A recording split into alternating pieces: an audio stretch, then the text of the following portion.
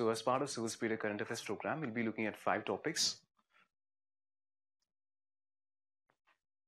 So we will be starting with the issue of stability in Jammu and Kashmir, and this particular issue we'll be looking at in mains perspective. Then in the perspective of prelims, we'll be looking at 3 more topics: the Social Progress Index, World Council on City Data, then Indian Brain Template. This will be a very minor snippet. Now moving ahead with the first mains topic. Now, this was the issue. In a counter-terrorism operation in southern Kashmir, 13 militants were killed. Casualties also included 3 soldiers and 4 civilians. So, what we'll be looking at in this particular topic is a very narrowed down issue on how to bring about peace and stability in Jammu and Kashmir. Now, one of the important statements made by Lieutenant General A.K. Butt, who was the General of Command in this particular area, he stated that this is one of the very successful counter-insurgency operations. And he also stated that close to 250 militants are currently active in the valley, of whom 50% are local militants.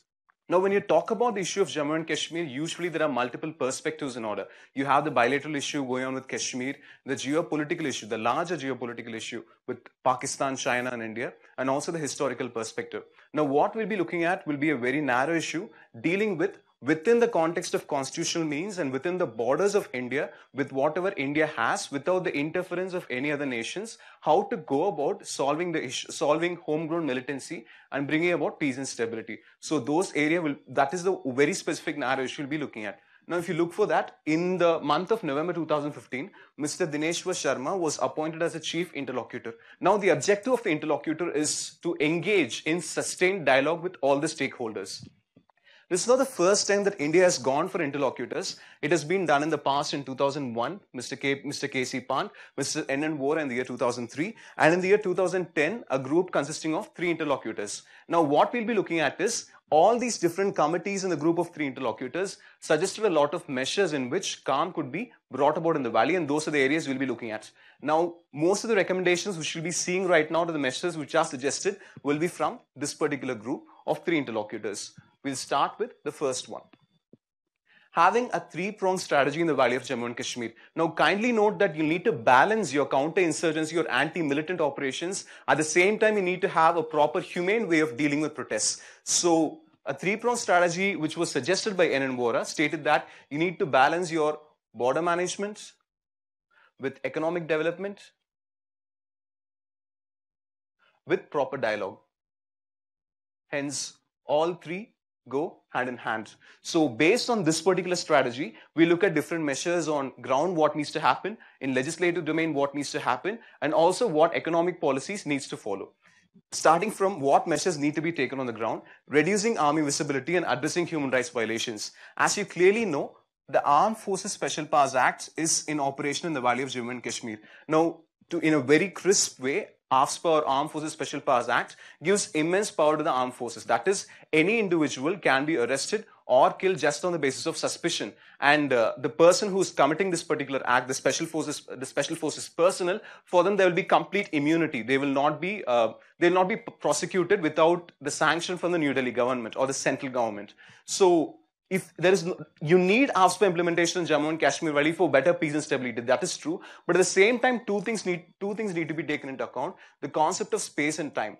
It has to be made sure that AFSPA is in operation only for specific time in specific areas, so that the civilians are not engaged with the armed personnel for a very longer period of time. At the same time, the concept of space. Only very disturbed areas could be selected, and there AFSPA could be implemented. Then addressing human rights violations. As you could clearly see, without the sanction of the central government, investigation cannot be initiated against members of the armed personnel. So if the central government feels that there are so many instances in which many militants are captured or fake encounters happen, it will be a very good policy to make sure that at least few investigations are let down in terms of addressing human rights violations, which brings about more trust or improves confidence of people in the government of India. Then legislative measure, reviewing central acts since 1952. Now you know that the thread which ties Jammu and Kashmir with the Indian government is Article 370 mentioned in the Constitution. Now, Article 370, in a very brief way, is you can say it's a special provision for Jammu and Kashmir, in which Jammu and Kashmir has better legislative powers when compared to other states of India.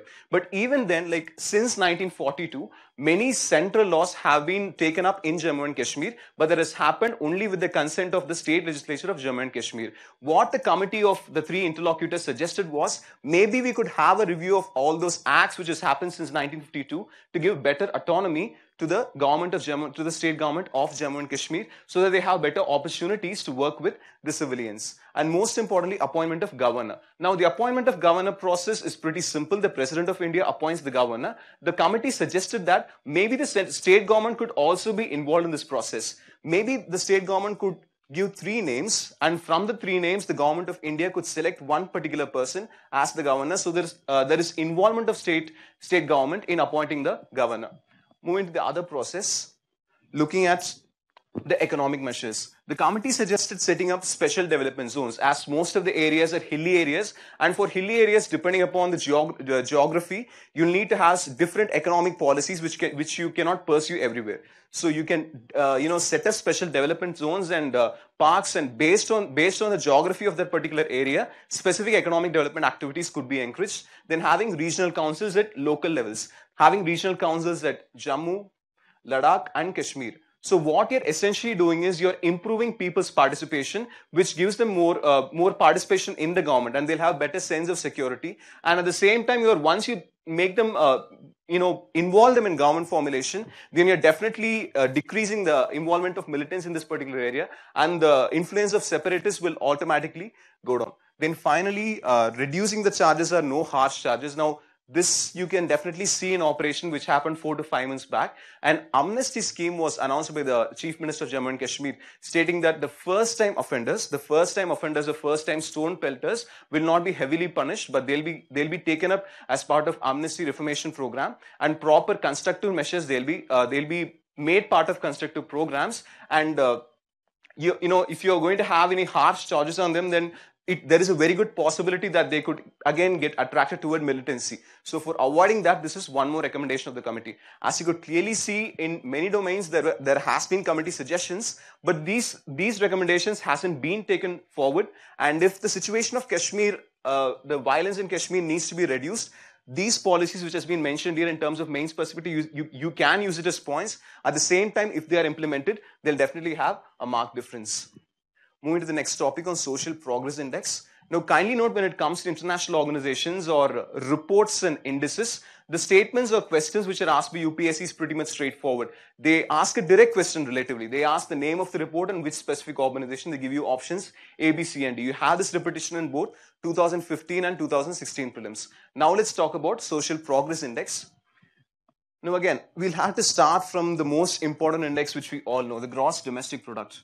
Now, GDP came into picture in the year 1934 by the efforts of Kuznets. 1934, as you clearly know, was a time of Great Depression, and world leaders everywhere were, scrambling over ideas or how we could actually understand the economy. And that was a proper time in which the idea of GDP came about, and it gave the government a proper direction in understanding what was going on in the economy, which was rising, which was falling, to formulate policy. And when GDP was introduced in 1934, no one would have expected it, that it would become the platform in which every other country will adopt this particular policy and work accordingly. But that has happened in the last 8 years. The problem is GDP does not capture a lot of things what is going on in the economy, right from environmental degradation, doesn't take up activities which are not monetized. At the same time, it doesn't tell you whether there is inequality in your country, whether there is proper justice being served in your country, and a lot of factors. So these are the shortcomings of GDP, and many indices have tried to overcome the shortcomings of GDP. One of the most prominent, as you all know, is Human Development Index. Then you also have Gross National Happiness, or the Happiness Index, in which tries to capture the subjective level of happiness which is there in a particular country. And one of these alternate indices in this particular area is your Social Progress Index. It is published by an organization, Social Progress Imperative. As you could clearly see, the 3 pillars of the organization are not oriented towards economic terms. The first thing is about basic human needs. The basic needs like food, clothing, water, shelter, those areas are addressed. Then second, foundations of well-being. Now, foundations of well-being has parameters like education, health, better access to informational services, and so and so. And the parameter of opportunity discusses whether there is proper rights in the particular country, what level of discrimination is there, and also things like does a particular person have opportunities for pursuing advanced education. There is a different demarcation between education and advanced education within the pillars. As you could clearly see, the index is different from even Human Development Index, because Human Development Index for standard of living, it uses purchasing power parity as one of the parameters, which is again an economic parameter, but it completely moves away from economic parameters to social parameters. Now, comparing the position of India, in terms of prelims, what we've seen in the last slide is enough. But in terms of mains perspective, just one snippet on where India stands in the BRICS countries. As you clearly see, the India's rank is very low, lowest of all of the BRICS countries. Now, you could definitely ask the relationship between per capita income and the score in social progress index. I'd like to give you two examples here. First is Costa Rica. Now, you know that Costa Rica is a Central American country, a very small geographical area, and its per capita income is very low compared to these giants. But Costa Rica had a score of 80. So this shows you that economic development is decoupled from social progress. At the same time, the score of Nepal was 60 and it was greater than India, which stands at 58.39. So if our policies is oriented towards social progress, then there will definitely be improvements in this specific index. Now moving on to one more important feature of this particular index.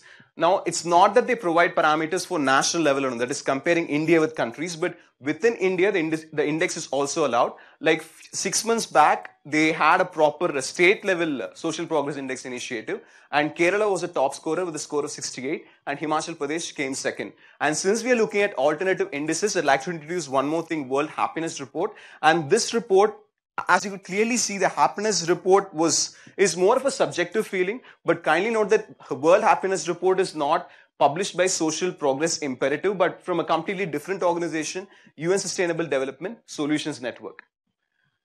Moving on to the next topic, World Council on City Data. Now, this is how our Earth looks at the night time. As you could clearly see, the proliferation of lights. This would not have been the picture in the 18th or 19th century or even 20th century. So at the dawn of the 21st century, the population in urban areas increased drastically when compared to rural areas. And now most population lives in cities compared to rural areas. But when it comes to urban governance and cities, that not much progress has been made because cities themselves are diverse. They exist in different geographies, they come from different cultures, and at the same time, they are cemented in multiple facets of geography. So when you have so much complexity and variety in cities, how do you evaluate cities or how do you compare cities? That's where the World Council on City Data comes in. Now, the WCCD is a global leader in standardized city data, and what it principally does is it provides a platform for urban metrics. So when you talk about urban metrics, you would definitely ask me the question. So it gets data. Of course, it is an open data portal, but from that open data portal, what does it convey? Now, it provides you an opportunity to compare between cities. For example, let's just say you have Pune and one more participant from South America. You take Buenos Aires.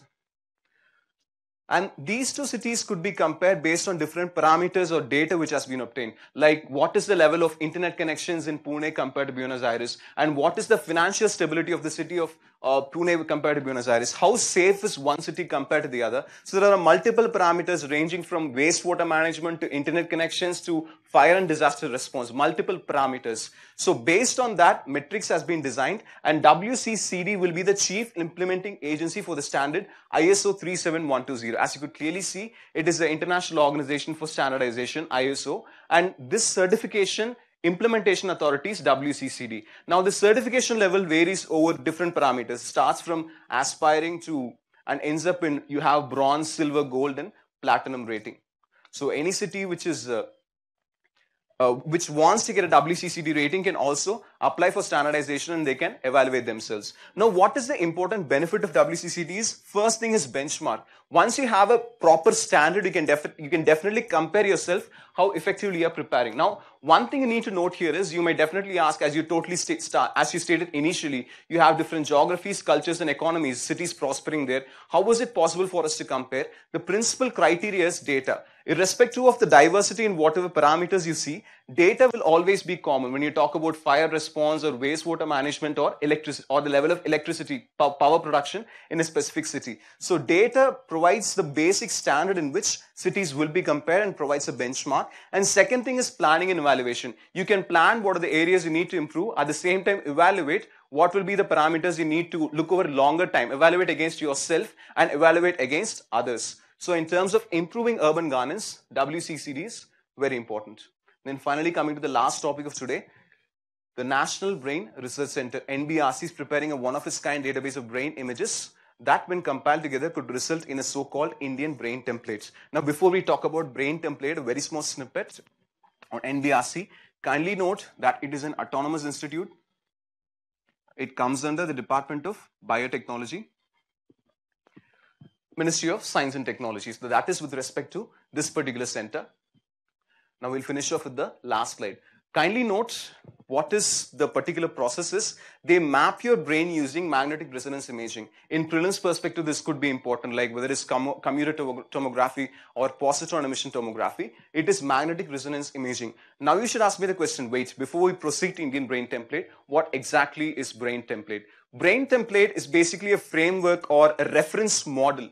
It is a reference model in which the magnetic resonance imaging provides you proper anatomical perspectives of how your brain looks like. The distribution of gray matter, white matter, what are the denser areas and what are the less dense areas. So that's what a proper brain template or a brain atlas provides. Now, why do we need a brain template? Why do we need to have a proper template is, you need to compare it. Now, you know that the brains are completely different, varies over ages. At the same time, a brain which is infected with Alzheimer's disease is different from a well-functioning brain. So only when you have a proper template, you can compare the template with many different areas and say whether one is particularly defective or whether one particular thing is working well.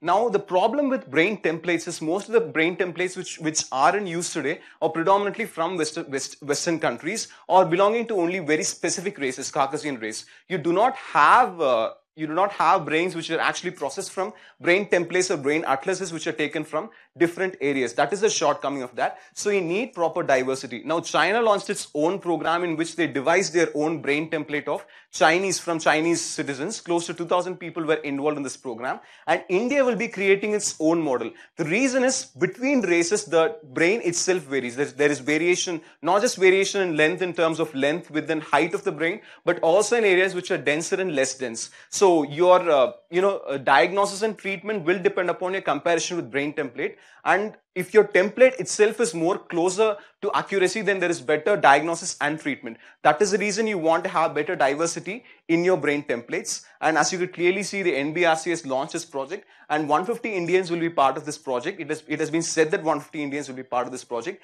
And it's also mentioned that a diverse group of people will be taken up because India is geographically, racially very diverse country. So at least one individual from a different state and union territory will be involved as part of this process. And the process will be initiated and we'll have to see when we get to the end in which all the 150 images of different brain templates will be combined together to finally give you one specific brain template. So that is the end of today's session in which we saw 4 different topics. Thanks for your time and patience.